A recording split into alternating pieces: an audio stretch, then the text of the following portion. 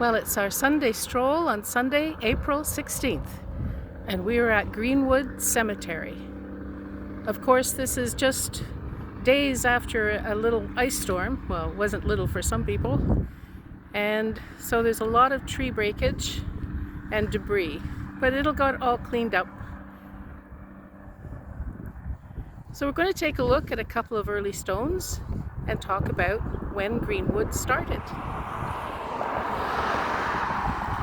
And we're just going to go up here, and I have my volunteer helper, Victor. And Victor's just going to point out to you the area where little Janet Eastman is buried.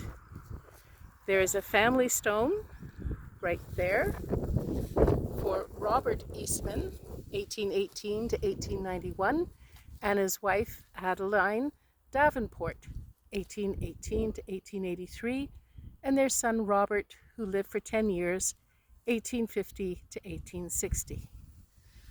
Little Janet died in 1816 and was buried here, and she is the first and oldest burial here in the cemetery, and she was 1 year, 9 months old.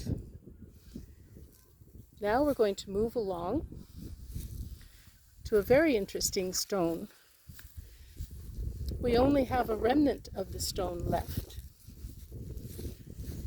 This corner, at the corner of County Road 10 and Casburn Road, where the cemetery is, was known as Griffin Corner, owned by the Griffin family, Dudley Griffin and his wife Esther. What we have here, we can barely see it, but this is the remnant of Esther.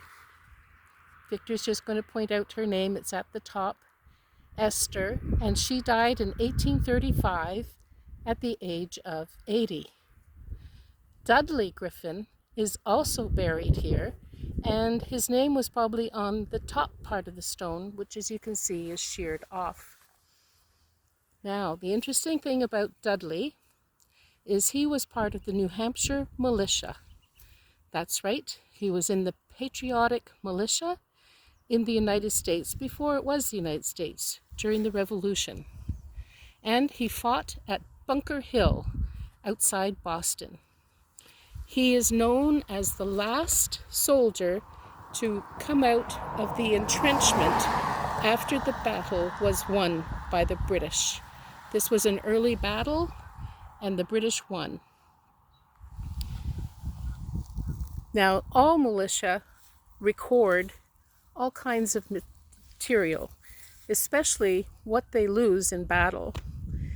So the New Hampshire militia that Dudley was a part of listed the wounded, listed the dead, listed ammunition, rifles, all lost, and blankets lost, and then beside the name of each surviving soldier, what they lost. Dudley lost his coat and his shirt. He immigrated to Canada from New Hampshire in 1834, and this corner is believed to have been the Griffin family cemetery.